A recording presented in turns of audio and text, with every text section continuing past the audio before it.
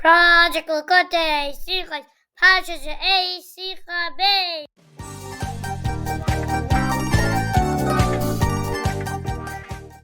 In Parshas Re'eh, the mitzvah of Ha'anaka is written. When a master sets his servant free, parting gifts must be given. Only when the master is a Jew does the mitzvah apply. The master must give a gift that grows, or animals that multiply. The reason for this mitzvah, says the Sifri, is that Hashem gave us gifts when he took us out of Egyptian slavery. Hashem instructed that every Jew should borrow gold, silver, and garments from their neighbor. And at the sea, Yidden collected gold, silver, and diamonds that were washed up from the water. Another example is brought by Reb Levi Yitzchak, the Rebbe's father. Yosef received Ha'anaka when he was freed and became the second to the ruler. Hashem gave him Ha'anaka by sending Malach Gavriel to teach him languages 70. Parai gave him a signet ring, gold chain, garments, and Potiphar's daughter, Asnas, to marry.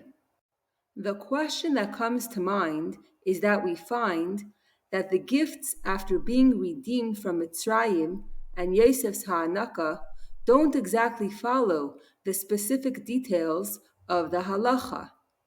The explanation is that there are two perspectives to consider, the perspective of the servant and the perspective of the master.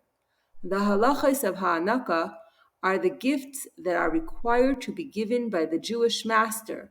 His gifts that multiply remind the former servant of his master's appreciation for longer.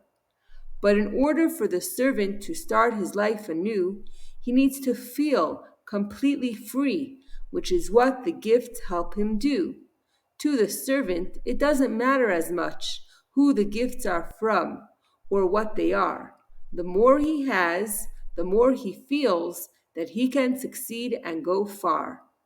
There are a few psukim that speak about Ha'anaka in our parsha. First, the Torah tells us the obligation of the master and the minimum amount of the Ha'anaka.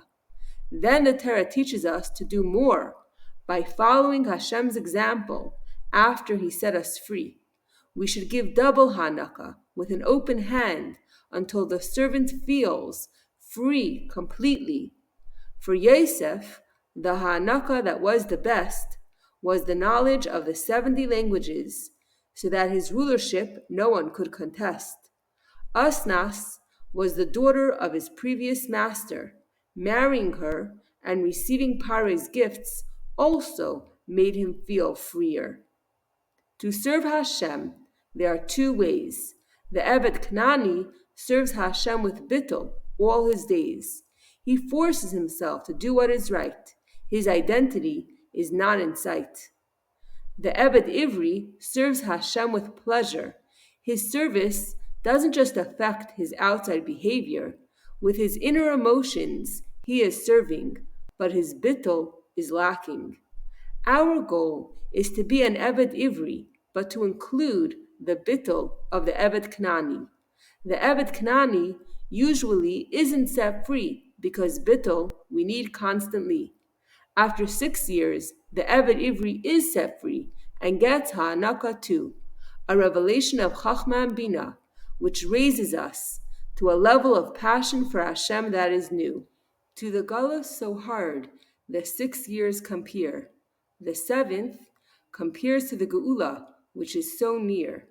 Just like on the 6th day, we taste from every Shabbos dish, to start getting a taste of our Ha'anaka today is our wish.